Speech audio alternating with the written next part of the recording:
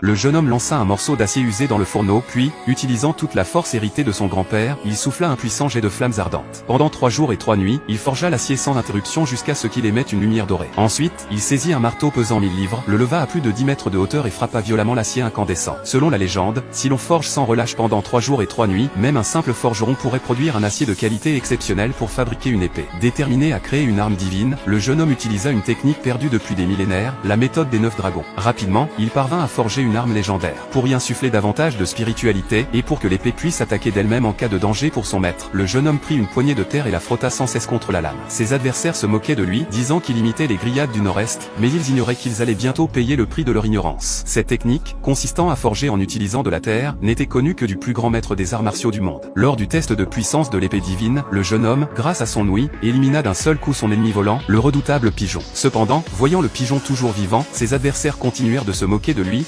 qualifiant de bon à rien. Mais l'instant d'après, le pigeon se métamorphosa en un squelette vivant, ce qui laissa tout le monde stupéfait. Ce n'est qu'à ce moment-là que tous réalisèrent avec effroi que le jeune homme, capable d'utiliser la méthode des 9 dragons et de maîtriser la technique de tuer tout en laissant vivre, était le légendaire seigneur divin. 3 mois plus tôt, le jeune homme était un maître forgeron reconnu dans tout le monde martial. Bien que les gens aient entendu parler de ses exploits, peu avaient vu son véritable visage. Après avoir enterré son maître, il convoqua les 6 grandes sectes sous le nom du seigneur divin, son seul objectif étant de venger la mort de son maître. Une fois sa vengeance accomplie, le jeune homme dissimula son identité et rejoignit la vallée des 100 épées en tant que simple disciple externe. Cette forge avait été fondée par son maître de son vivant, avec pour mission de fabriquer des armes d'exception capables de résonner avec l'esprit de leur utilisateur. Lors de sa première visite, il apprit que l'empereur leur avait commandé la création d'une épée divine. Sur place, il voulut aider son frère aîné en voulant utiliser un marteau en fer d'une tonne pour forger. Cependant, tous commencèrent à se moquer de lui, affirmant que personne, depuis des siècles, n'avait pu soulever le marteau pesant 1000 livres. Le jeune homme s'approcha alors pour tester sa puissance.